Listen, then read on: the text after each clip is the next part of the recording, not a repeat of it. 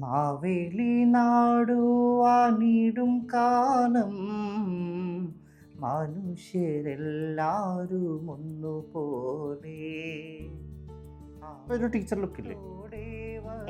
College കുട്ടി. ഒരു 25 വർഷം മുമ്പുള്ള കോളേജ് കുട്ടീന്ന്.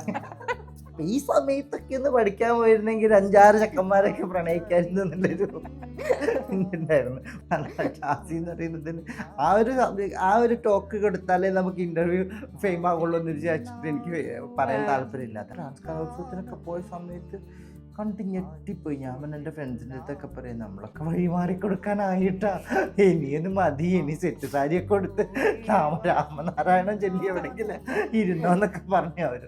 LGBTQ+ കമ്മ്യൂണിറ്റിനെ കുറച്ചും കൂടെ ആശ്ലേഷിക്കുന്ന ഒരു സമൂഹം ഈ ഓണത്തിനുണ്ടോ നമ്മുടെ നാട്ടിൽ? എന്താ പറയാ, ഗവൺമെന്റിന് ഇപ്പൊ ട്രാൻസ് പേഴ്സൺസിന് വേണ്ടിയിട്ട് ഒരു ഗംഭീരമായിട്ടൊരു കലോത്സവം കാലിക്കറ്റിൽ വെച്ച് നടത്തപ്പെട്ടു. അതിൽ അവിടുത്തെ കലോത്സവത്തിൽ അത് പറയുമ്പോഴത്തേക്കും ഫസ്റ്റ് പാർട്ടിസിപ്പേറ്റ് ചെയ്ത ആളാണ് എൻ്റെ ഫ്രണ്ടിൽ ഇരിക്കുന്നത്.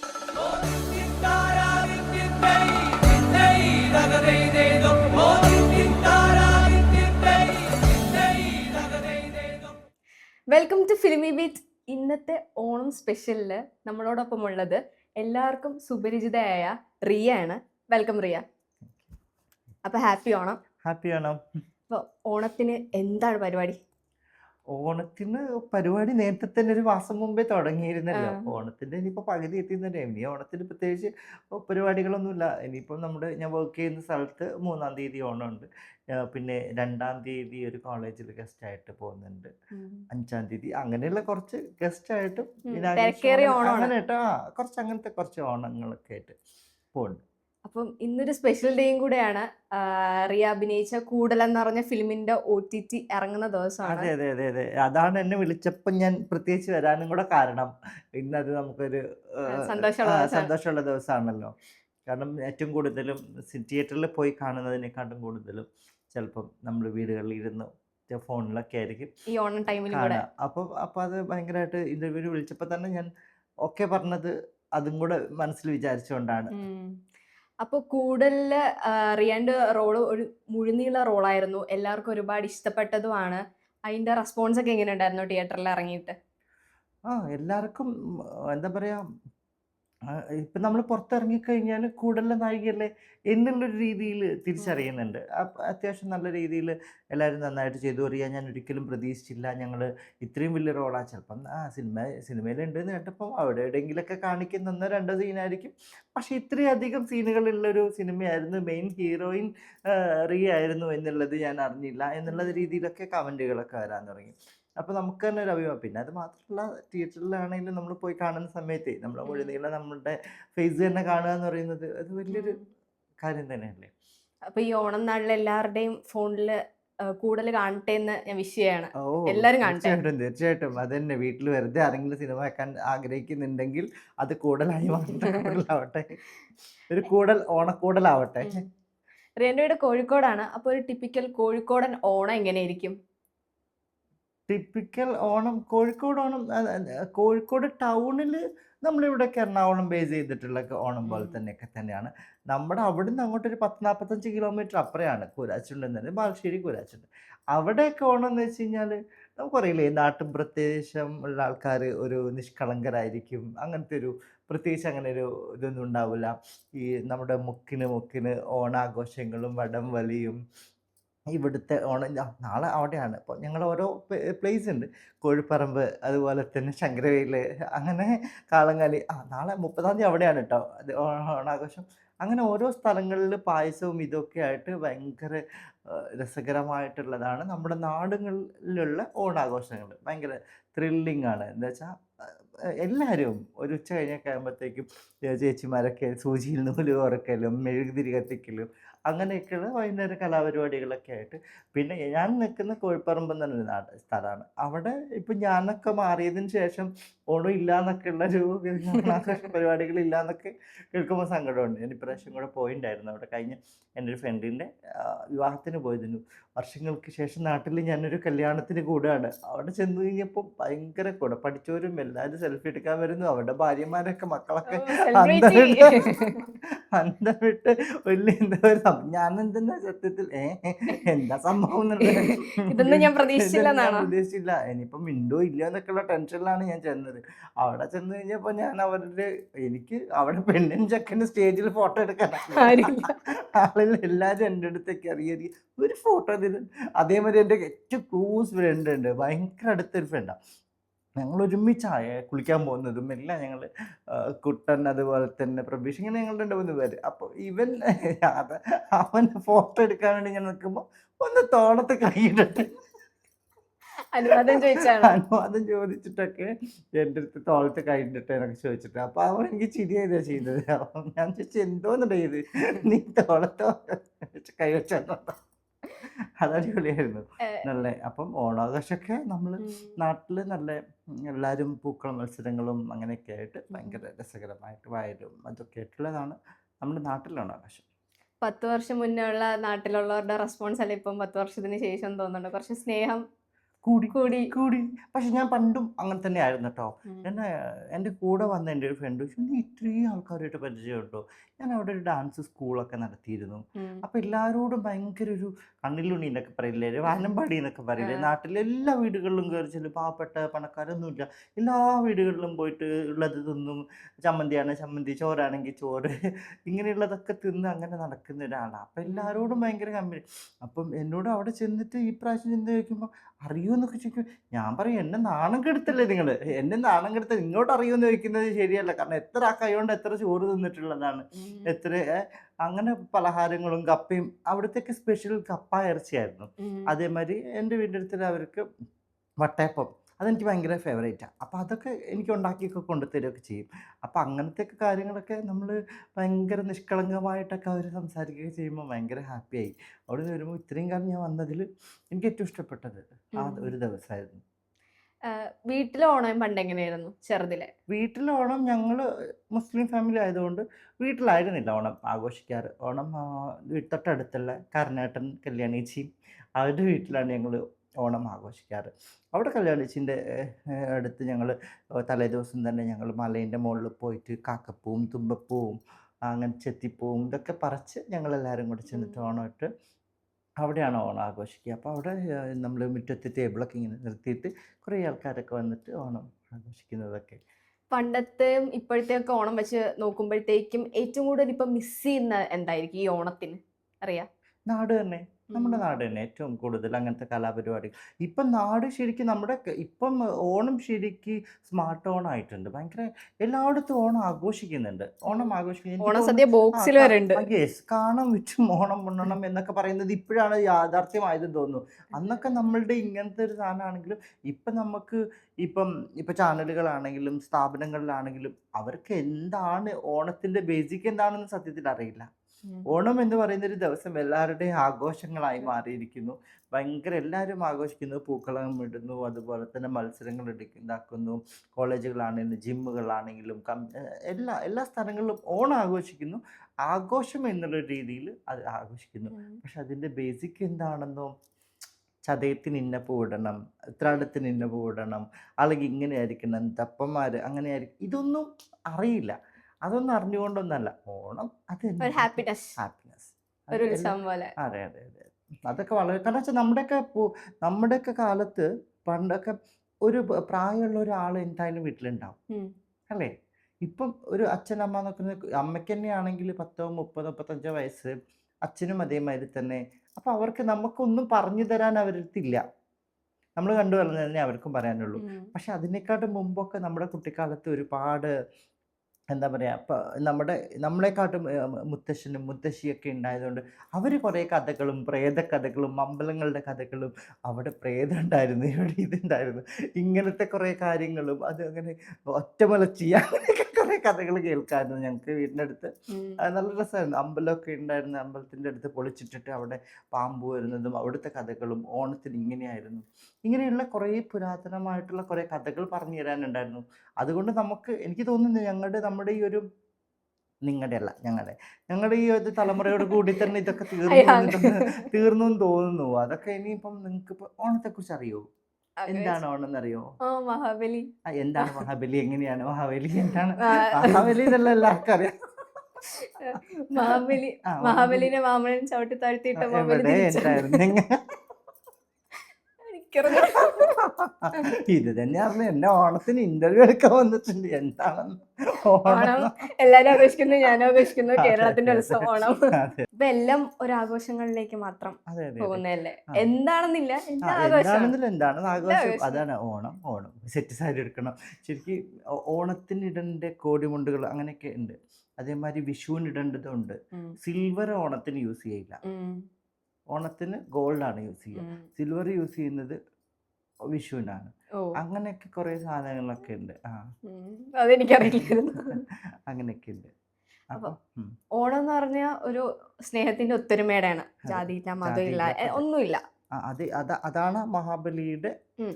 ഭരിച്ചിരുന്ന കാലത്ത്. അതെ, മഹാബലിയുടെ വലിയ മനസ്സുകൊണ്ടാണ് വാമനന് ആ ആ ചവിട്ടി പാട്ട് താക്കാൻ പോലും അവസരം ഇന്നും കൊടുത്തത്. ആർക്കും അറിയില്ല. മാവേലി നടുവാണിടുന്നില്ല ആ പാട്ട്. എനിക്കറിയാം കേട്ടോ. ഒന്ന് പാടിയേ. പാടൂല. വേണമെങ്കിൽ അറിയാം, പാടിക്കോ. എനിക്ക് പാടാൻ കുഴപ്പമൊന്നുമില്ല, ഞാൻ പാടിക്കോ. എനിക്ക് കുറേയൊക്കെ അറിയാം. എന്നാ പാടിക്കോ. മാവേലി നാടുവാണിടും കാലം മനുഷ്യരെല്ലാരും ഒന്നുപോലെ ആമോദത്തോടെ വസിക്കും കാലം ആപത്തങ്ങാർക്കും മുട്ടില്ല താനും കള്ളവുമില്ല ചതിയുമില്ല എല്ലോളമില്ല പൊളിവചനം. നന്നായിട്ട് പാടുന്നുണ്ടായോ? ഞാൻ പാടിക്കോളാന്ന് പറഞ്ഞു പാടിയ. അല്ല, ഞാൻ പാടാറില്ലടോ ഇന്റർവ്യൂലൊന്നും. ഞാൻ എപ്പോഴും പറയുന്ന സാധനം തന്നെയാണ്. എനിക്ക് മെയിൽ വോയിസ് ആയതുകൊണ്ട് ഞാൻ പാടാറില്ല. കഴിഞ്ഞ ദിവസം എന്നിട്ട് എൻ്റെ ഫ്രണ്ട് സാൻഡ്ര ചീത്ത പറഞ്ഞു, താ പാട്, അങ്ങനെയൊന്നും അതോ? നോക്കണ്ട. അതെ, ആ, എന്ത് ശബ്ദമായാലും ഞാൻ പുറത്തുവരുമ്പോ പുറത്ത് കേൾക്കുമ്പം സന്തോഷം തരുന്നെങ്കിൽ എന്താ പ്രശ്നം? ഉം. അപ്പൊ ഞാൻ അതൊക്കെ നേരത്തെ പറഞ്ഞ പോലെ ഓണം എന്ന് പറഞ്ഞാൽ ഒത്തൊരുമയുടെ ഒരു ഉത്സവമാണ്. അതെ. മുന്നേ ഉള്ള ഓണങ്ങളെ വെച്ച് നോക്കുമ്പോഴത്തേക്കും റിയയ്ക്ക് എന്താ തോന്നുന്നത്? LGBTQ+ കമ്മ്യൂണിറ്റിനെ കുറച്ചും കൂടെ ആശ്ലേഷിക്കുന്ന ഒരു സമൂഹം ഈ ഓണത്തിനുണ്ടോ നമ്മുടെ നാട്ടില്? തീർച്ചയായിട്ടും, തീർച്ചയായിട്ടും. നമുക്ക് എല്ലാം ഇപ്പം നമുക്ക് നമ്മുടെ എന്താ പറയുക, ഗവൺമെൻറ്റിന് ഇപ്പോൾ ട്രാൻസ് പേഴ്സൺസിന് വേണ്ടിയിട്ട് ഒരു ഗംഭീരമായിട്ടൊരു കലോത്സവം കാലിക്കറ്റിൽ വെച്ച് നടത്തപ്പെട്ടു. അതിൽ അവിടുത്തെ കലോത്സവത്തിൽ അത് ഞാൻ പറയുമ്പോഴത്തേക്കും ഇസ്- ഫസ്റ്റ് ആ, പാർട്ടിസിപ്പേറ്റ് ചെയ്ത ആളാണ് എൻ്റെ ഫ്രണ്ടിൽ ആ, ഇരിക്കുന്നത് ഞാൻ ആദ്യമായിട്ട്. അത് കലോത്സവം, അത് യൂണിവേഴ്സിറ്റിയിലാണ്. ഉം, ഇത് ട്രാൻസ് പേഴ്സൺസിന് വേണ്ടി സെപ്പറേറ്റ് ഉം, നമ്മൾ, കാരണം വെച്ചാൽ പണ്ടൊക്കെ ട്രാൻസ് ഇപ്പോൾ ഈ മഞ്ജു വാര്യറിനെ ആണെങ്കിൽ പോലും ഡാൻസ് പഠിപ്പിച്ചതിൻ്റെ ഒരു പിന്നിൽ ഒരു ട്രാൻസിൻ്റെ കൈ ഉണ്ടാവും തീർച്ചയായും. അല്ലേ? അപ്പം അങ്ങനെയുള്ള കുറേ നല്ല കലാകാരന്മാർ, ഒരു രക്ഷയില്ല, ഒന്നും പറയാൻ സാധിക്കാത്ത, അവരെക്കുറിച്ച് നമുക്ക് മറ്റൊരു വാചകം പറയാത്ത, അവരുടെ കലയെ മാത്രം കാണാൻ അസാധ്യ കഴിവുള്ള ആൾക്കാർ, അവർ കഴിവിന് അവരൊരാളെ എന്താ ശിഷ്യയാക്കി അവരെ പഠിപ്പിച്ചെടുത്ത് സ്റ്റേജിൽ കയറ്റുന്ന മാത്രമേ ഉണ്ടായിരുന്നുള്ളൂ. ഇപ്പം ഗവൺമെൻറ് അവർക്ക് ഞങ്ങൾക്ക് വേണ്ടിയിട്ട് ഒരു ഫെസ്റ്റിവൽ തന്നെ, ട്രാൻസ്ജെൻഡർ കലോത്സവം തന്നെ നടത്തി. അതിൽ ഒപ്പനയും തിരുവാതിരയും, ഇവർ ഭയങ്കര യൂത്ത് ഫെസ്റ്റിവൽ, സംസ്ഥാന കലോത്സവം പോലെ കോമ്പറ്റീഷൻ, ജില്ലാ ബേസ് ചെയ്തിട്ടുള്ള കോമ്പറ്റീഷൻ ആയിരുന്നു. ഞാൻ അവിടെ ശരിക്കും അതിൽ ഫിലിം ഫെസ്റ്റിവലിൽ ഒരു ഗസ്റ്റായിട്ട് മാത്രം പോയതാണ്. പക്ഷെ ഞാൻ വെറുതെ ഒന്ന് ഫിലിം ഫെസ്റ്റിവൽ കഴിഞ്ഞിട്ട് ഒന്ന് ഓഡിറ്റോറിയത്തിലേക്ക് പോയി ചെന്ന് കഴിഞ്ഞപ്പം അസാധ്യമായിട്ടുള്ള ഫോക്ക് ഡാൻസും അസാധ്യമായിട്ടത് ഞാൻ കണ്ടപ്പം ഞാൻ ഒരു ദിവസം കൂടെ എക്സ്ട്രാ ഞാൻ അവിടെ നിന്ന് അത് കണ്ടിട്ടാണ് ഞാൻ എന്ത് ചെയ്തത്, ഉം. പോകുന്നത്. അപ്പം അങ്ങനെയൊക്കെ ഇപ്പം ഗവൺമെൻറ്റും ജനങ്ങളും ഒക്കെ ആയിട്ട് നമ്മളോട് ഓണത്തിന് ഇപ്പം എത്രയോ, ഇപ്പം നാദിരിനാണെങ്കിലും അതുപോലത്തെ ശ്രുതി, കുറേ ആൾക്കാരെ നമ്മൾ ഗസ്റ്റായിട്ട് ഇൻവൈറ്റ് ചെയ്യുന്നു പ്രോഗ്രാമുകൾക്ക്. ശ്രുതി സിത്താരയൊക്കെ നമ്മുടെ നോർമലൈസ് ചെയ്യുന്നു ചെയ്തിട്ട് എല്ലാരെയും. എല്ലാവരും ഒരുപാട്, ഇപ്പം ഞാൻ ആരെയും പേരെടുത്ത് പറയുന്നില്ല, ഒരുപാട് അത്യാവശ്യം ഇതിൽ നിൽക്കുന്ന ആൾക്കാരെയൊക്കെ ഗസ്റ്റായിട്ട് വിളിക്കുന്നു. അവരെയൊക്കെ അപ്പം അതൊക്കെ അതിൻ്റെ ഭാഗമല്ലേ, അത് അതെ. ജനങ്ങൾ അക്സെപ്റ്റ് ചെയ്യുന്നു എന്നുള്ളതല്ലേ. കുറേ പേര് ഉം, ഇപ്പോഴും ഉണ്ട് എന്ത് ഉം. ഇതൊന്നും അക്സെപ്റ്റ് ചെയ്യും, ഞാൻ എന്നൊക്കെ തള്ളണ്ടപ്പം ഞാൻ നന്നാവില്ല എന്ന് പറഞ്ഞ മാതിരി തന്നെ നമ്മൾ ഒരിക്കലും, എന്താ പറയുക, ഞാൻ പറഞ്ഞില്ലേ, ഈ ഒരു കളിയാക്കുന്നതും ഇവരെയൊക്കെ ഒന്ന് ജസ്റ്റ് ആ കലോത്സവം ഒന്ന് കാണാൻ കൊണ്ടുപോയി കഴിഞ്ഞാൽ മനസ്സിലാവും ഇവരെത്ര കഴിവുള്ള, അല്ലെങ്കിൽ ഞങ്ങൾ എത്ര കഴിവുണ്ട്. അപ്പോൾ ഇവരെങ്ങനെയാണ് ഒരു ലേഡി അല്ലാത്തൊരു ബോയ് ആയി മാറി എന്ന് വെച്ചാൽ ഒരു അസാധ്യമായിട്ടുള്ള ഡാൻസും ഇതൊക്കെ കാണുമ്പോൾ തന്നെ ഉം. നമ്മൾ ഒരു പക്കാ ഒരു പുരുഷനായിട്ടുള്ള ഒരാൾക്കൊന്നും അതൊന്നും സാധിക്കാൻ കഴിയില്ല. എനിക്ക് അല്ല ഡാൻസ് കളിച്ചുകൊണ്ട് ഇങ്ങനെ ആവുന്നല്ല കേട്ടോ ഞാൻ പറയുന്നത്. എങ്കിലും ഞാൻ പറയാണ് അതിൽ അവരുടെ കഴിവിനെ നമ്മൾ അംഗീകരിക്കാതിരിക്കാൻ പറ്റില്ല. ഐ, കുഞ്ഞിലെ ഉള്ള ഓണത്തിനെ പറ്റി നേരത്തെ പറഞ്ഞല്ലോ, ഭയങ്കര ബ്യൂട്ടിഫുൾ ആയിരുന്നു, ഞങ്ങളുടെ കാലത്തെ പോലെയൊന്നും അല്ല അന്ന്. അപ്പോൾ സ്കൂളിലൊക്കെ പഠിക്കുമ്പോഴത്തേക്കും ഡ്രസ്സൊക്കെ ചെയ്തു പോകാൻ ആഗ്രഹം തോന്നിയിട്ടുണ്ടോ? ഫ്രണ്ട്സൊക്കെ ഇല്ല ഡ്രസ്സ് ഇല്ല ചെയ്ത് അന്ന് അന്ന് മുണ്ടുടുക്കുക, ഷർട്ട് ഇടുക, ഏറ്റവും നല്ല ചെത്തി ഷർട്ട് അടക്കാൻ. ഇടുക, അതേമാതിരി പാൻറ്, ഫ്രണ്ട്സ് എല്ലാവരും കൂടെ ഒരേപോലത്തെ മുണ്ടും ഷർട്ടും ഒക്കെ ഓണത്തിന് പൂക്കളം മത്സരമൊക്കെ ഇടുക. പൂക്കളത്തിന് രാവിലെ തന്നെ ഞങ്ങൾ നാളെ സ്കൂളിൽ ക്ലാസ് വൈസ് ചെയ്തിട്ടായിരിക്കുമല്ലോ. ഇപ്പം 10th എല്ലാവരും ഒരുമിച്ചുള്ള കോമ്പറ്റീഷൻ ആയിരിക്കും, 8th എല്ലാവരും കോമ്പറ്റീഷൻ ആയിരിക്കും, അങ്ങനെ ആയിരിക്കും. അപ്പം ആ ദിവസങ്ങളിലൊക്കെ ലീഡർ ക്വാളിറ്റി ലീഡർഷിപ്പ് എനിക്കായിരിക്കും, അതിൻ്റെ ഇന്ന പൂക്കളുടെ ഇതിൻ്റെയൊക്കെ. അപ്പോൾ പൂക്കൾ കൊണ്ടുപോയിട്ട് നമ്മൾ തലേദിവസം തന്നെ കുറേയൊക്കെ അത്ര വലിയ പൈസയൊന്നും ഇല്ല, കുറച്ച് അകലം ദൂരെയൊക്കെ പോയിട്ടായിരിക്കും നമ്മൾ പൂവൊക്കെ വാങ്ങുന്നതൊക്കെ. ഒരു 10-500 രൂപയ്ക്ക്, 500ഒക്കെ ഏറ്റവും വലിയ പൈസയാണ് അത് അന്ന്. 300 രൂപയൊക്കെ ചിലപ്പോൾ കളക്ട് ചെയ്തിട്ട് കുട്ടികളിൽ നിന്ന് പൂവൊക്കെ വാങ്ങും. എന്നിട്ട് നമ്മൾ എല്ലാവരും കൂടെ പൂവൊക്കെ അരിഞ്ഞ് 8 മണിയാകുമ്പോഴത്തേക്കും ഞാൻ ബാലുശ്ശേരിയൊക്കെ പോയിട്ട് പൂ വാങ്ങിയിട്ടുണ്ട്. ഞങ്ങളുടെ നാട്ടിൽ നിന്ന് ഒരു 10-14 കിലോമീറ്റർ അപ്പുറം പോയിട്ട് പൂ വാങ്ങിക്കൊണ്ടുവരും. എന്നിട്ട് ഞങ്ങളെല്ലാവരും കൂടെ പൂവിടും, അതിൽ കോമ്പറ്റീഷനിൽ പങ്കെടുക്കും. പിന്നെ സ്കൂൾ ബേസ് ചെയ്തിട്ടുള്ള പായസവും സദ്യയും ഇതൊക്കെയായിട്ട് അങ്ങനെയൊക്കെയായിരുന്നു നമ്മുടെ കുട്ടിക്കാലം ഒക്കെ ഉണ്ടായിരുന്നത്. അന്ന് ആണിൻ്റെ വേഷം ഇട്ട് അതിൽ ഏറ്റവും നല്ല മുണ്ടും ഷർട്ടൊക്കെ ഇട്ട് അന്ന് അങ്ങനെ ഫീൽ അങ്ങനെ തോന്നിയിട്ടില്ല. അങ്ങനെയൊന്നും തോന്നിയിട്ടില്ല. അന്നൊന്നും തോന്നുന്നു നമ്മൾ ആൺകുട്ടി എന്നുള്ള രീതിയിൽ തന്നെയല്ലേ നടക്കുന്നത്. പിന്നെയല്ലേ നമ്മൾ സ്വയം തിരിച്ചറിയുന്നത്. അന്നെങ്ങനെ കുണുങ്ങി നടന്നാലും അല്ലെങ്കിൽ ഇതാക്കി നടന്നു കഴിഞ്ഞാലും അന്ന് ആൺകുട്ടി എന്നുള്ളൊരു ധാരണയാണ്. അപ്പം അന്ന് ആ കോസ്റ്റ്യൂം തന്നെയാണ് ഇടാൻ. ഇന്നെന്ന് വെച്ച് കഴിഞ്ഞാൽ ആര് കണ്ടു കഴിഞ്ഞാലും ഏത് രീതിയിലാണ് നല്ല കോസ്റ്റ്യൂമിനെ കുറിച്ച് നല്ല ബോധമുള്ള. അതെ, എൻ്റെ അടുത്ത് വന്നപ്പോ പറഞ്ഞ സിൽവർ വാച്ച് ഇടരുത്. അതെ അതെ അതെ, ഗോൾഡൻ കറിയൊക്കെ കൊണ്ടുപോയിട്ട് സിൽവർ വാച്ച് ഇട്ട് കഴിഞ്ഞപ്പോൾ ഞാൻ അത് നിന്റെ ഫേവറേറ്റ് വാച്ച് ആയതുകൊണ്ട് നീ അത് ഇട്ടു എന്ന് പറഞ്ഞു. അച്ഛൻ്റെ ആൾക്കാരൊന്നും അത് ശ്രദ്ധിക്കാറില്ല. മിക്ക ട്രാൻസ്ജെൻഡർ ആയിട്ടുള്ള പേഴ്സൺസും നന്നായിട്ട് ഡ്രസ്സ് ചെയ്യുന്നവരാണ്. നല്ല കിഡിലായിട്ട് ഡ്രസ്സ്. ഇപ്പം തന്നെ എൻ്റെ ഫ്രണ്ടിലിരിക്കുന്ന ആൾ എന്ത് ഭംഗിയായിട്ടാണ് ഡ്രസ്സ് ചെയ്തിരിക്കുന്നത്. എനിക്ക് അത് ഇൻസ്റ്റാഗ്രാം നോക്കിയാൽ അറിയാം, എല്ലാം നല്ല ഭംഗിയായിട്ടാണ് ഡ്രസ്സ് ചെയ്തേക്കുന്നത്. അതുപോലെ തന്നെ ജാസി എന്ന് പറഞ്ഞിട്ട് എനിക്ക് ഫേവറേറ്റ് ആയിട്ട് ഡ്രസ്സ് ചെയ്യുന്ന ഒരാളാണ് ജാസി എന്ന് പറഞ്ഞിട്ട്. ജാസിനെക്കാട്ടും നന്നായിട്ട് ചെയ്യുന്ന ഒരുപാട് പേരുണ്ട്. എന്താ അങ്ങനെ പറഞ്ഞു? ജാസി എന്ന് പറയുന്നതിന് ആ ഒരു ടോക്ക് കൊടുത്താലേ നമുക്ക് ഇന്റർവ്യൂ ഫെയിം ആകുള്ളൂ എന്ന് വിചാരിച്ചിട്ട് എനിക്ക് പറയാൻ താല്പര്യമില്ല. അതാണ് ഞാൻ പറഞ്ഞത്. വേറെ ആർക്കെയുണ്ട് ഞാൻ പറഞ്ഞത് ഏറ്റവും നന്നായിട്ട് ഡ്രസ്സ് ചെയ്യുന്ന ആരെങ്കിലും ഉണ്ടോ, ഇഷ്ടമുള്ള ഉണ്ടോ എന്നാ ചോദിച്ചത്. നന്നായിട്ട് സീമ വിനീത് ഡ്രസ് ചെയ്യാറുണ്ട്, ശ്രുതി സിത്താര ചെയ്യാറുണ്ട്, നടാഷ ചെയ്യാറുണ്ട്. അങ്ങനെ കുറേ പേര് നല്ല രീതിയിൽ ഡ്രസ്സ് ചെയ്യുന്ന. പിന്നെ ഞാൻ തന്നെയാണെങ്കിലും ഞാൻ തലേദിവസം ഒന്നും പ്ലാൻ ചെയ്യൊന്നുമില്ല. ഡ്രസ്സ് ഇടാൻ ഇങ്ങനെ ഡ്രസ്സ് ഇടണം അതിലാക്കണം എന്ന് വെച്ചാൽ അന്ന് അലമാരയിൽ പോയിട്ട് ഇതാക്കി വരുന്ന സമയത്ത് എനിക്കറിയില്ല, ഞാൻ ഇറങ്ങി കഴിയുമ്പോൾ അത് കറക്റ്റായിട്ട് എല്ലാ സാധനങ്ങളും കിട്ടിയിട്ടുണ്ടാവും, കയ്യിൽ കിട്ടിയിട്ടുണ്ടാവും. ഈ ഓണത്തിന് ഏറ്റവും ചെയ്യാൻ ഇഷ്ടപ്പെടുന്ന എന്തെങ്കിലും കാര്യമുണ്ടോ, ഓണം സ്പെഷ്യലായിട്ട് ചെയ്യാൻ? ഇല്ല, അങ്ങനെയൊന്നുമില്ല. എനിക്ക് ഉമ്മാനെ കൊണ്ടുവരുന്നുണ്ട് വീട്ടിലേക്ക്. നാളെ മറ്റന്നാൾ ഉമ്മ വരും. അപ്പം ഉമ്മയായിട്ട് ഒരു ഓണം, ഉമ്മയും ഇത്തയും ഇത്തയുടെ മോളും കൂടെ വരുന്നുണ്ട്. അപ്പം അവരുമായിട്ട് ഒരു ഓണം ആഘോഷിക്കാം എന്നുള്ളൊരു ആഗ്രഹം അതുണ്ട്. പിന്നെ വർക്ക് ചെയ്യുന്നിടത്ത് 3-ാം തീയതി ഓണമുണ്ട്. അവിടെ ഞാൻ ഇങ്ങനെ അവരെല്ലാവരും സെറ്റ് സാരി ആയി കൊടുത്തു വരിക. അപ്പം ഞാൻ കളർഫുൾ ആയിട്ടുള്ള സാരിയാണ് ഞാൻ എടുക്കുക. ഇപ്പൊ എല്ലാരും ചെയ്യുന്നതാ, എല്ലാരും സെറ്റ് സാരി ആയതുകൊണ്ട് അല്ലാത്ത നോർമൽ സാരി ഉടുത്തു വന്നിട്ട് അതിന്റെ ഇടയിൽ ഒരു യൂണീക്ക് അതിൽ പെട്ട ആളാണല്ലേ. ഞാൻ അങ്ങനെ എല്ലാവരും എന്താണ് ചെയ്യുന്നത്. റിയാനെ പെട്ടെന്ന് കാണുമ്പോഴത്തേക്കും ഒരു സീരിയസ് ആയിട്ടുള്ള പേഴ്സൺ ആയിട്ടാണ് തോന്നുന്നത്. അപ്പൊ സംസാരിച്ച് കഴിയുമ്പോഴത്തേക്കും കളിയാക്കും, ഭയങ്കര ഫണ്ണാണ്. അപ്പൊ ഞാൻ കുറച്ച് ഫൺ ക്വസ്റ്റ്യൻസ് എടുത്ത് വെച്ചിട്ടുണ്ട്. അതെ, അങ്ങനെയാണ് ക്യാമറമാൻ ഇപ്പൊ തന്നെ അത് കട്ട് ചെയ്യാൻ വേണ്ടിട്ട്. കാരണം നോക്കാം നമുക്ക്, എനിക്ക് ഒരു ജനറൽ നോളജും ഒരു ഇതുമില്ല. ഞാൻ ഈ കാണുന്നത് മാത്രമേ ഉള്ളൂ. അതിന്റെ അപ്പുറത്തേക്ക് എനിക്ക് ഒരു ജനറൽ നോളജ് ഇല്ല, ഒരു ഫണ്ണി നോളജ് ഇല്ല, ഒന്നുമില്ല. എന്തോ ഒരു കാര്യത്തിന് ജീവിച്ചു പോകണു, അത്ര മാത്രമേ ഉള്ളൂ. ഫസ്റ്റ് ക്വസ്റ്റ്യൻ, ഓണസദ്യയിൽ ആദ്യമായി കഴിക്കേണ്ടത് എന്താണ്? ഓണസദ്യയിൽ ആദ്യം കഴിക്കേണ്ടത് കുസൃതി ചോദ്യം അല്ലല്ലോ. ഫൺ എന്താ കുസൃതിയാ? തീരെ കുസൃതിയല്ല, എന്നാ ചെറിയ ഫൺ, കുഞ്ഞു കോമൺ സെൻസ് മാത്രം. കോമൺ സെൻസിനെ കുറിച്ച് ചോദ്യം ചെയ്തെന്ന്. ഓണസദ്യയിൽ പെട്ടെന്ന് ഉത്തരം പറയണം കേട്ടോ. ഓണസദ്യയിൽ ആദ്യം കഴിക്കണ്ട. 1 2 3 ആദ്യം കഴിക്കേണ്ടത് പറഞ്ഞോ. ഇനി പെട്ടെന്ന് ഉത്തരം പറയണം കേട്ടോ. ഇനി ടൈമൊന്നും തരില്ല. പെട്ടെന്ന് പറ, എന്തെങ്കിലും പറ. ചോറ്. തെറ്റ്. പപ്പടം. അതല്ല, അത് ആരെങ്കിലും വന്ന് പൊട്ടിക്കില്ലേ, അപ്പൊ പെട്ടെന്ന് കഴിക്കണ്ടേ. അങ്ങനെ ഞാൻ ഓക്കെ. വേറെ എന്തൊക്കെ ചെയ്തു എന്നോട് ഞാൻ ഫണ്ണി ചോദിച്ചാൽ ഒരു കാര്യമില്ല, ഒരു മാർക്കും എനിക്ക് കിട്ടൂല. അത് സീരിയസ് ആയിട്ടാണ് ക്വസ്റ്റ്യൻ ചോദിക്കേണ്ടത്, മറ്റേ അത് ചോദിച്ചിട്ട് മഹാബലി കാര്യമില്ല. ഒന്നും ജനറൽ ചോദിച്ചിട്ട് കാര്യമില്ല അത്. നോളജും ഇല്ല, ഫണ്ണി നോളജും ഇല്ല, ഒന്നുമില്ല. എന്നാ ഈ കാഴ്ച മാത്രമേ ഉള്ളൂ ഞാൻ വെറുതെ ജനങ്ങളിലേക്ക് ഇവള് വലിയ എന്തോ സംഭവമാണ് എന്നുള്ളത് കൊടുക്കാൻ ഒരു താല്പര്യമില്ല. അതങ്ങനെ തന്നെ എന്നാലും ഇരുന്നു. ഞാൻ പ്രിപ്പയർ ചെയ്ത് വെച്ച ചോദ്യം ചോദിക്കും. ചോദിച്ചോളൂ ചോദിച്ചോളൂ. പെട്ടെന്ന് ഉത്തരം പറയാനുണ്ട്, നേരത്തെ പോലെ സമയം എടുക്കാൻ പറ്റില്ല.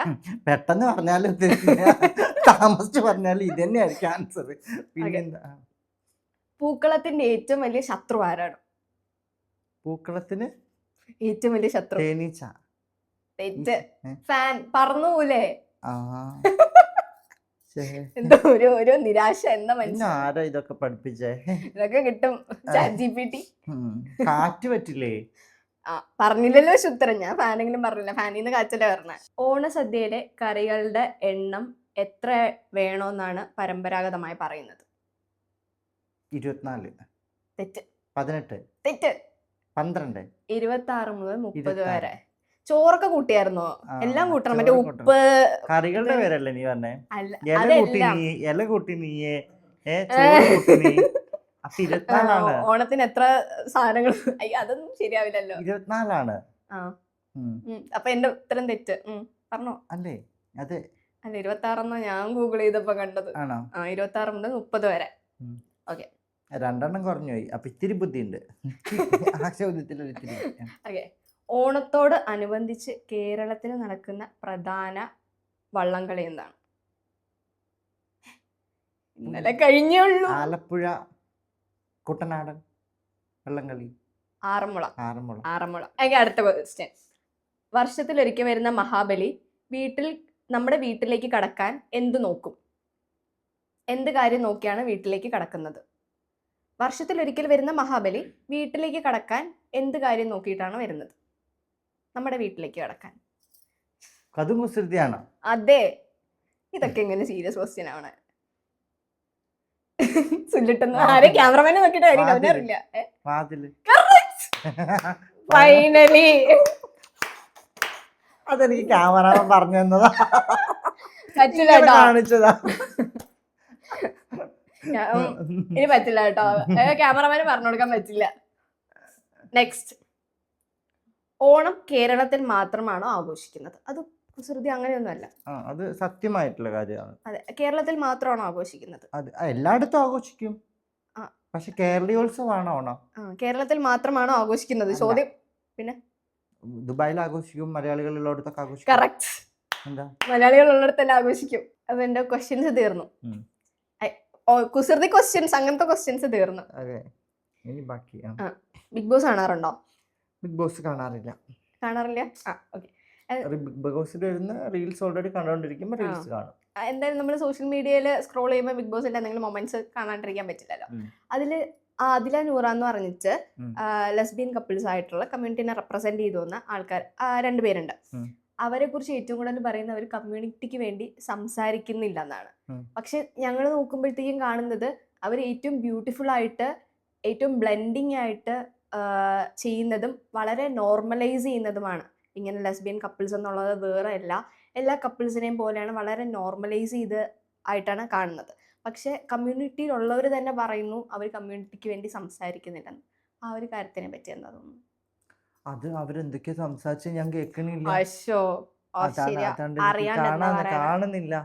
അല്ലാണ്ട് അവര് സംസാരിച്ച് എന്തൊക്കെയാന്ന് പറയുകയാണെങ്കിൽ അവർ നോർമലി ഒരു 2 ആൾക്കാർ വന്നിപ്പം സച്ചിനെയും ഫിറോസ്കയും എൻ്റെ നല്ല ക്ലോസ് ഫ്രണ്ട്സ് ആണ്. അവർ 2 ആളും ഒരുമിച്ച് പോയി ഒരാളെന്നുള്ള രീതിയിൽ കളിച്ചു. ഇവരും 2 ആള് പോയി ഒരാളുടെ രീതി എന്നുള്ളതല്ലേ കളിക്കുന്നത്. അങ്ങനെ ആകുമ്പം അവരായിട്ടല്ലേ കയറിയിരിക്കുന്നത്. അതിലാണ്ട് ഓരോ 2 കപ്പിൾസ് അങ്ങനെ കയറിയിരിക്കുന്നത്. അല്ലെങ്കിൽ ട്രാൻസ്ജെൻഡേഴ്സിനെ ബേസ് ചെയ്തിട്ട്, അല്ലെങ്കിൽ അങ്ങനെ ഒരു ശൃംഖലേനെ ബേസ് ചെയ്തിട്ടൊന്നും കയറിയിട്ടില്ല. ലെസ്ബിയൻ കപ്പിൾസ് 2 പേരും ഒന്നായിട്ട് പോയിരിക്കുന്നു. അപ്പൊ അതിൽ പറയണ നിർബന്ധമൊന്നുമില്ലല്ലോ. എനിക്ക് തോന്നിയിട്ടില്ല അങ്ങനെ പറയണ നിർബന്ധമൊന്നുമില്ല. കാരണം അവര് ലെസ്ബിയൻ കപ്പിൾസ്. അപ്പം അത് അവര് അപ്പം ഞാൻ പറഞ്ഞില്ലേ, സജിനയും ഇതും പോയി, ഫിറോസ്കയും പോയി. അവർ സമൂഹത്തിന് വേണ്ടിയിട്ടല്ലല്ലോ പറഞ്ഞത്, അവർക്ക് വേണ്ടിയിട്ടല്ലേ കളിച്ചത്. അപ്പൊ അതുപോലെ തന്നെ ഇവർ 2 പേര് ജീവിക്കുന്നു, അവർക്ക് വേണ്ടിയിട്ട് അവർ കളിക്കുന്നു. അത് അക്സെപ്റ്റ് ചെയ്യാൻ പറ്റുന്നവർ അക്സെപ്റ്റ് ചെയ്യുന്നു, ഇല്ലാത്തവർ അക്സെപ്റ്റ് ചെയ്യുന്നില്ല. അത്രേ ഉള്ളൂ. ഇപ്പോൾ സിനിമയിൽ അഭിനയിച്ചുകൊണ്ടേ ഇരിക്കുന്നു. ഉം. ഇപ്പോൾ ഒരുപാട് പേര് ട്രാൻസ്ജെൻഡർ കമ്മ്യൂണിറ്റിയിൽ നിന്ന് സിനിമയിലേക്ക് വരാൻ ആഗ്രഹിക്കുന്നുണ്ട്. ഉം. അവരോട് എന്തെങ്കിലും പറയാനുണ്ടോ? നിങ്ങൾ നന്നായിട്ട് പരിശ്രമിക്കൂ, നിങ്ങൾക്ക് അവസരങ്ങൾ കിട്ടിയാൽ അഭിനയിക്കൂ, ഉം. അത്ര തന്നെ. ഉം. അല്ലാണ്ട് പ്രത്യേകിച്ചൊന്നും പറയാനൊന്നുമില്ല. നല്ല നല്ല അവസരങ്ങൾ കിട്ടുമ്പോൾ ഞാൻ ഇന്നത് സീരിയലിൽ അഭിനയിക്കുള്ളൂ, സിനിമയിൽ അഭിനയിക്കുള്ളൂ, അല്ലെങ്കിൽ ഇതിൽ അങ്ങനെയൊന്നും ഞാൻ ചിന്തിക്കാറില്ല. ഉം. എനിക്ക് കിട്ടുന്ന ഏത് പ്ലാറ്റ്ഫോമിലാണെങ്കിലും ഉം. ചെറിയ റോളാണെങ്കിലും ഞാൻ അത് ചെയ്യും. എനിക്ക് ഭയങ്കര ഇഷ്ടമാണ്. പിന്നെ എനിക്ക് ഏറ്റവും ഇഷ്ടം ഞാൻ എപ്പോഴും പറയുന്ന പോലെ തന്നെ ഒരു പോലീസ്, അഡ്വക്കേറ്റ്, ഡോക്ടർ, ഇങ്ങനെയുള്ള അതൊക്കെ സ്യൂട്ട് ചെയ്യുമെന്ന് തോന്നുന്നു. യെസ്, നന്നായിട്ട്. ഇപ്പൊ ഒരു ടീച്ചർ ലുക്കില്ലേ? ഏയ് ഇല്ല. കോളേജ് കുട്ടി. ഒരു 25 വർഷം മുമ്പുള്ള കോളേജ് കുട്ടീന്ന്. അതാണോ ഉദ്ദേശിച്ചത്? അങ്ങനെ കോളേജ് കുട്ടി വേണമെങ്കിൽ ആ, പറയാം. ഓക്കേ. വേണമെങ്കിൽ ആ, കോളേജിലെ മറ്റേ എല്ലായിടത്തും കാണില്ല, മറ്റേ സുന്ദരിയായിട്ട് നമ്മളെ ചില്ലടിക്കാൻ പറഞ്ഞ ടീച്ചർ ഓ, എല്ലാ അങ്ങനെ. കോളേജിലും കാണാം. നമുക്കൊക്കെ ഇംഗ്ലീഷ് ടീച്ചർ ആയിരുന്നു. ഞാൻ മുന്നേ പറഞ്ഞിരുന്നു, ഫിലിംസിൽ അവാർഡ് കൊടുക്കുമ്പോഴത്തേക്കും ട്രാൻസ്ജെൻഡർ കമ്മ്യൂണിറ്റീനെ ബ്ലെൻഡ് ചെയ്യുന്നുണ്ടെങ്കിലും കൺസിഡർ ചെയ്യുന്നത് കുറവാണോ എന്ന് പറഞ്ഞൊരു സംശയം പ്രകടിപ്പിച്ചിരുന്നു. ഉം. ഇപ്പോൾ ഫീൽഡിൽ എന്ത് തോന്നുന്നു? അല്ല, അത് ഇപ്പം ഓൾറെഡി ഞാനൊക്കെ ആ സമയത്ത് സ്നേഹയ്ക്കാണ് ആദ്യമായിട്ട് സംസ്ഥാന അവാർഡ് കിട്ടിയത്. ട്രാൻസ് ബാർ സ്ത്രീ എന്നുള്ള രീതിയിൽ.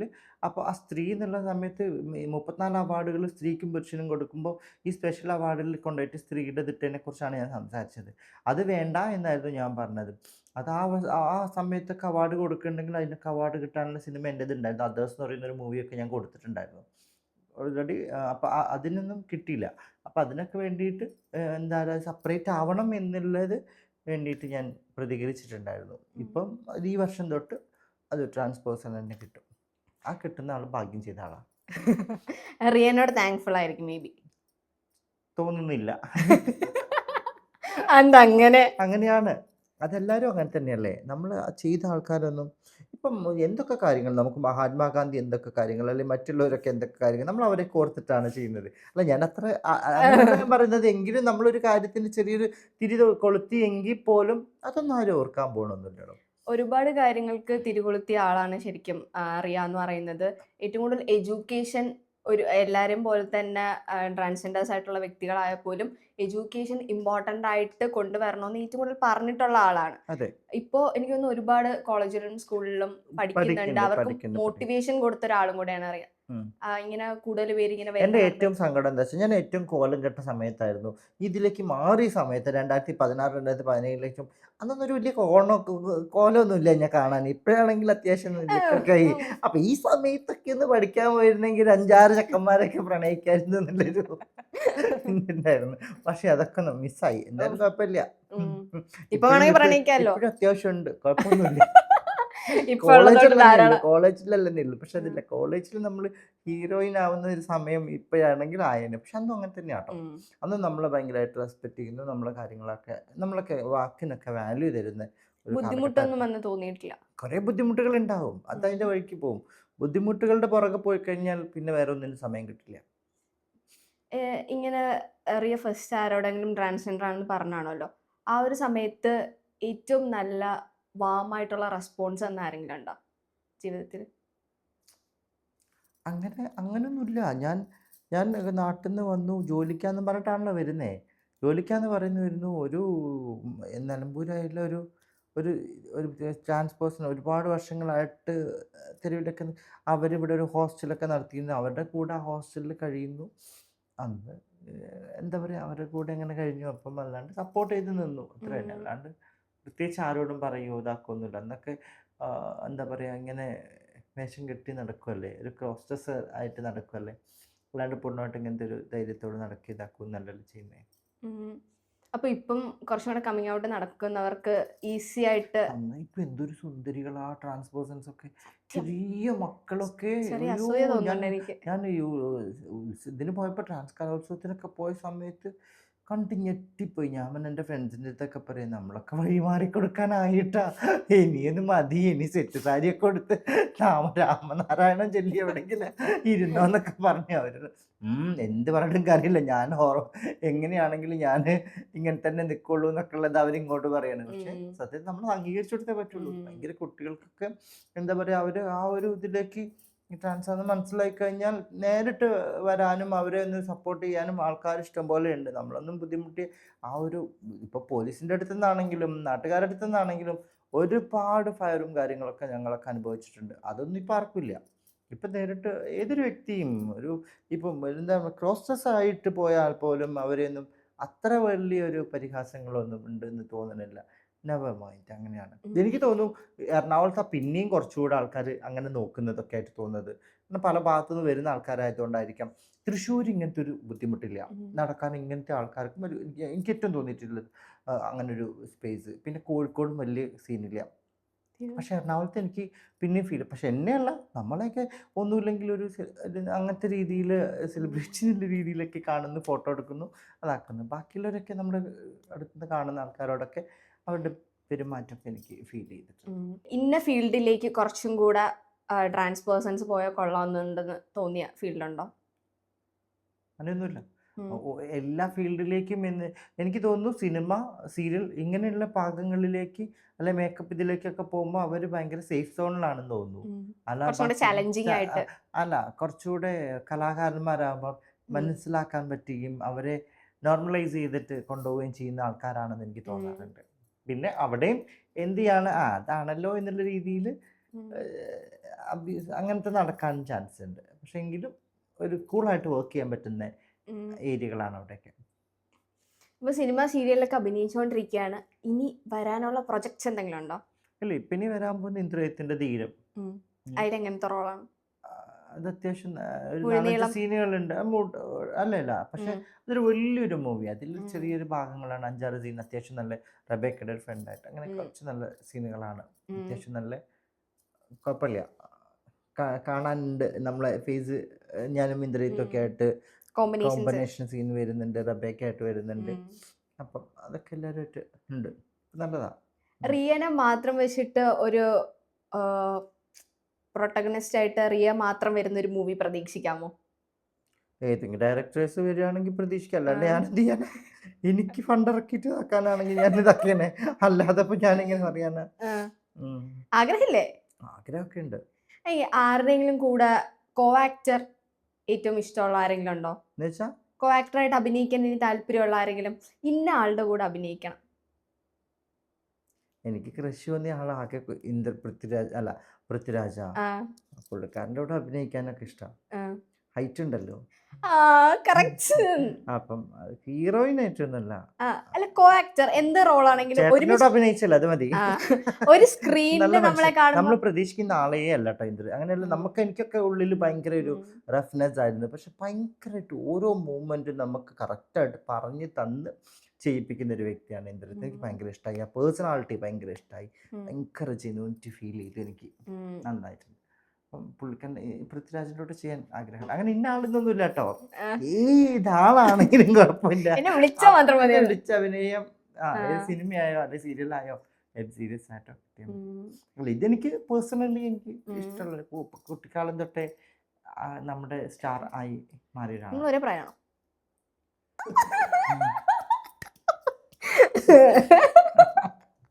എന്റെയൊക്കെ എത്രയോ വയസ്സിന് മൂത്തതാ. ചെറുതായിട്ട് എനിക്ക് അത്ര പ്രായം ഉണ്ടെന്നാണ് നീ വിചാരിച്ചിരുന്നത്. ഇല്ല, എപ്പോഴാ സിനിമയിലേക്ക് വരണോന്ന് ഫീൽ ചെയ്തത്? ഞാൻ അങ്ങനെ ഒന്നും തീരുമാനിച്ചിട്ടില്ല, ഡാൻസിലേക്ക് വരണം തീരുമാനിച്ചിട്ടില്ല. ഒക്കെ ഞാനിങ്ങനെ ഭാവിയിൽ അങ്ങനെയാവണം ഇങ്ങനെയാവണം എന്നൊന്നും അങ്ങനെയൊന്നും ചിന്തിച്ചിട്ട് നടക്കുന്ന ആളൊന്നല്ല. സ്പോട്ടിൽ ഇന്ന് എന്താ ചെയ്യാൻ പറ്റുന്ന അത് ചെയ്ത് ജീവിക്കുന്ന ആളാണ്.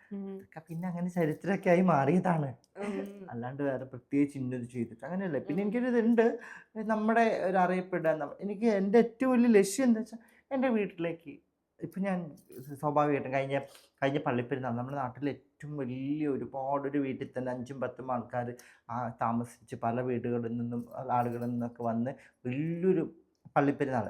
ആ പള്ളിപ്പെരുന്നാളിന് ഞങ്ങൾ എല്ലാവരും ഒന്ന് ഡാൻസൊക്കെ ചെയ്യാൻ ഒരു ദിവസം ഡാൻസ് സ്റ്റേജ് പ്രോഗ്രാം ഉണ്ടായി കളിക്കണം എന്നൊക്കെ പണ്ട് ആഗ്രഹിച്ചിരുന്നു. പക്ഷെ അത് കഴിഞ്ഞ വർഷം അവർ ഗസ്റ്റായിട്ട് വിളിച്ച് അവിടെ ഞാനും ശിവജി ഗുരുവായൂരുടെ മകനും കൂടെ കോറസും കളിച്ച് ഞങ്ങൾ നന്നായിട്ട് കളിച്ചു.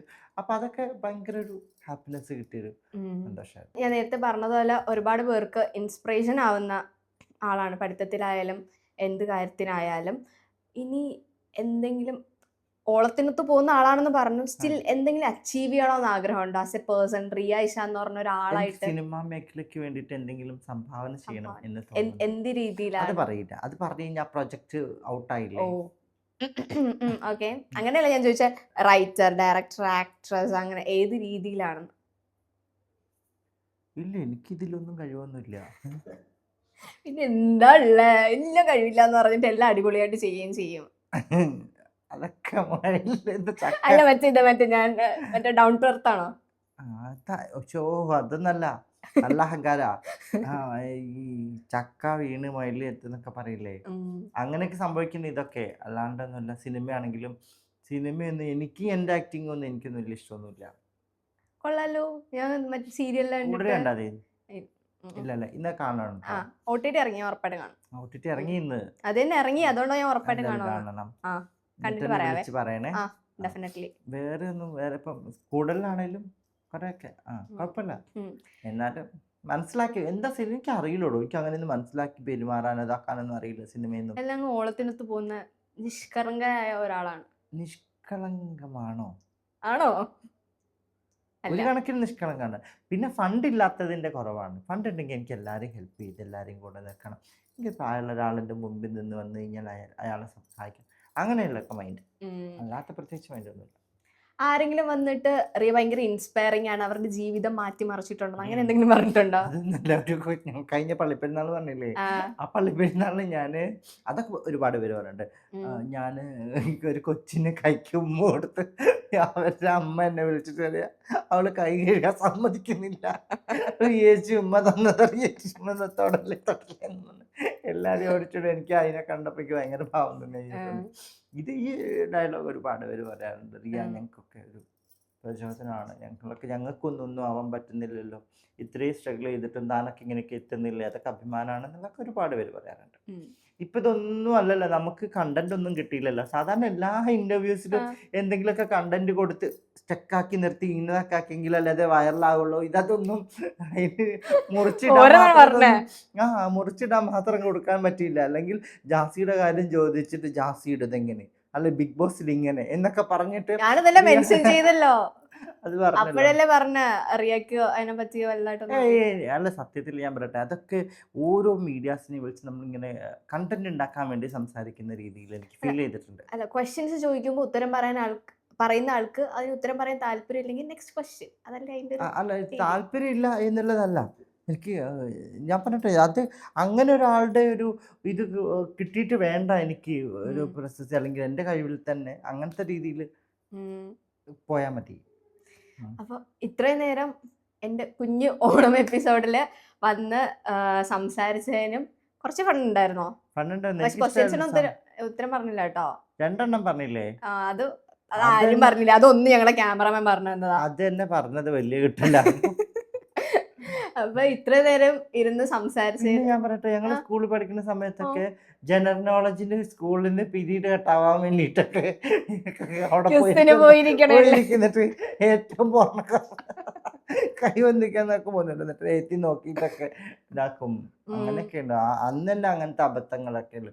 പിന്നെ നീ ഇപ്പൊ ഈ പ്രായത്തിൽ ഒന്നും ചിന്തിക്കാത്ത കാലത്ത് വന്നിട്ട് ജനറൽ നോളജ് ഇപ്പൊ പോലും ഞാൻ എൻ്റെ ഇത് നോക്കിക്കഴിഞ്ഞാൽ ചിലപ്പോൾ അങ്ങനെ റീൽസുകൾ കണ്ടിങ്ങനെ ഇരിക്കുക, അല്ലെങ്കിൽ ഇതിനൊന്നും സത്യത്തിൽ സമയവും ഇല്ല കേട്ടോ. അതൊന്നും ഇപ്പൊ കുറച്ച് എനിക്ക് അതേമാതിരി ഇംഗ്ലീഷ് ഒന്നും വലിയ അതങ്ങനെ അങ്ങനത്തെ കുറെ കാര്യങ്ങളൊക്കെ കുറെ ഫാൾട്ടായിട്ട് തോന്നാറുണ്ട്. അതൊന്നും ഫോൾട്ട് അല്ലല്ലോ. അത് വേറെ ഒന്നുമല്ല, നമ്മളെ കുട്ടിക്കാലത്ത് നമ്മൾ ഇൻസൈഡ് ചെയ്ത് ചെന്ന് കഴിഞ്ഞാൽ സായിപ്പ് നല്ല ഗുഡ് മോർണിംഗ് പറഞ്ഞ സായിപ്പ് വന്നു, അല്ലെങ്കിൽ അങ്ങനെയൊക്കെ വന്ന് കാലഘട്ടം. അതുകൊണ്ടാണ് നമ്മൾ അതൊന്നും പഠിക്കാത്തത്. ഇംഗ്ലീഷ് മീഡിയത്തിൽ പഠിച്ചാലൊന്നും കാര്യമില്ല, അവിടെ ആരും സംസാരിക്കാൻ പോണില്ല. പിന്നെ പുറത്തൊക്കെ പോയി കഴിഞ്ഞാൽ പിന്നെ ഇതിന് അവിടെ നിന്നൊക്കെ ഔട്ട് ചെയ്ത് പുറത്തേക്ക് വന്നു കഴിഞ്ഞപ്പോഴാണ് പിന്നെ ഇംഗ്ലീഷ് പഠിക്കാനുള്ള നേരമൊന്നും ഉണ്ടായിരുന്നില്ല. അപ്പൊ എനിക്ക് ഇപ്പോഴും ജനറൽ നോളജ് അല്ല, ഇപ്പോഴും എന്തെങ്കിലുമൊക്കെ എവിടെയെങ്കിലുമൊക്കെ എത്തണം, പണം സമ്പാദിക്കണം, എൻ്റെ ഉമ്മാനെ കൊണ്ടുവന്ന് നോക്കണം, എൻ്റെ വീട്ടിൽ കയറി പറ്റണം, ഈ ഒരു ചിന്ത, അല്ലെങ്കിൽ എന്തെങ്കിലും ഒരു സിഗ്നേച്ചർ ഭൂമിയിൽ ഉണ്ടാക്കിയെടുക്കണം, മരിക്കാനാവുമ്പോൾ കുറച്ച് പൈസ ഇന്നുണ്ട്, നീ എന്നെ വന്ന് നോക്കണം എന്ന് പറയാൻ ഒക്കെ വേണം. അങ്ങനത്തെ കുറച്ച് കാര്യങ്ങളൊക്കെയാണ് ഇപ്പം മനസ്സിലുള്ളൂ. അല്ലാണ്ട് ചിലപ്പോൾ നാളെ വേറെ എന്തെങ്കിലുമൊക്കെ രീതിയിൽ ചിലപ്പം ഞാൻ അതൊക്കെ മേലെ ഒരു ഫെയിം ആവാൻ ചാൻസ് വരും. കാരണം നമ്മുടെ ഒരു ജെന്യൂനിറ്റി ഉണ്ടെങ്കിൽ തീർച്ചയായിട്ടും നമ്മൾ എന്തെങ്കിലുമൊക്കെ ആയി മാറും. പിന്നെ ഇപ്പം സാമ്പത്തികമായിട്ട് ഒരുപാട് ബുദ്ധിമുട്ടുണ്ട്, കാര്യങ്ങളുണ്ട് എന്നല്ലാണ്ട് ബാക്കിയെല്ലാം കൊണ്ടും ഞാൻ ഹാപ്പിയാണ്. അപ്പം നല്ലൊരു ജോലിയുണ്ട്. ഉം. സ്വർണ്ണമുഖി എന്ന് പറയുന്നൊരു ജ്വല്ലറിയിൽ അവിടെ പത്ത് കുറച്ച് പ്രൊഡക്റ്റുകളും ഒരുപാട് ഇതൊക്കെയുള്ള ഒരു കമ്പനിയിൽ അവിടെ ജോലിയുണ്ട്. അപ്പോൾ എല്ലാം കൂടെ ആയിട്ട് അങ്ങനെ ഇങ്ങനെ തട്ടിമുട്ടിക്കായിട്ട് പോകുന്നുണ്ട്. ഉം. അപ്പോൾ എന്തായാലും ഈ ഓണം നിങ്ങളോടൊപ്പം ഞാൻ നല്ലൊരു ഇൻ്റർവ്യൂ ആയിട്ട് എനിക്ക് ഫീൽ ചെയ്തു. എന്താ വെച്ചാൽ ഓവറായിട്ട് നമ്മൾ ട്രാൻസ്പേഴ്സൺസിൻ്റെയോ കുട്ടിക്കാലത്തെയോ അല്ലെങ്കിൽ ഈ പറഞ്ഞത് തന്നെ പറയിപ്പിച്ചോ ഇതൊന്നും ബോറടിപ്പിച്ചില്ല. Thank you. Thank you so much. Comfortable ആയിരുന്നു, അത്രേ മതി. കംഫർട്ടബിൾ ആയിരുന്നു. നല്ലൊരു ഓണം ആശംസിക്കുന്നു. ഞങ്ങളും ഫിലിമി ബീറ്റും റിയയ്ക്ക് നല്ലൊരു ഓണം എല്ലാവരും ആശംസിക്കുകയാണ്. ഞങ്ങളുടെ കൂടൽ മൂവി കാണണം. കാണണം. എന്തായാലും OTT മലയാളം മനോരമ മാക്സിൽ റിലീസായിട്ടുണ്ട്. എന്നിട്ട് എൻ്റെ ഇൻസ്റ്റഗ്രാമിലോ FBയിലോ വന്നിട്ട് എനിക്ക് അഭിപ്രായങ്ങൾ പറയണം. എന്നിട്ട് ഇന്നതൊക്കെ ചേഞ്ച് ചെയ്യണമെങ്കിൽ അതും പറഞ്ഞു തരണം. നമുക്ക് അടുത്തതിൽ പിടിക്കാം. അപ്പം എല്ലാവർക്കും ഒരുപാട് നന്ദി. ഹാപ്പി ഓണം. നിനക്ക് പ്രത്യേകിച്ച് ക്യാമറമാനും എല്ലാവർക്കും Thank happy you. Onam. Thank you so much. ഇത്ര നേരം ചെലവഴിച്ചതിനും താങ്ക് യു സോ മച്ച്.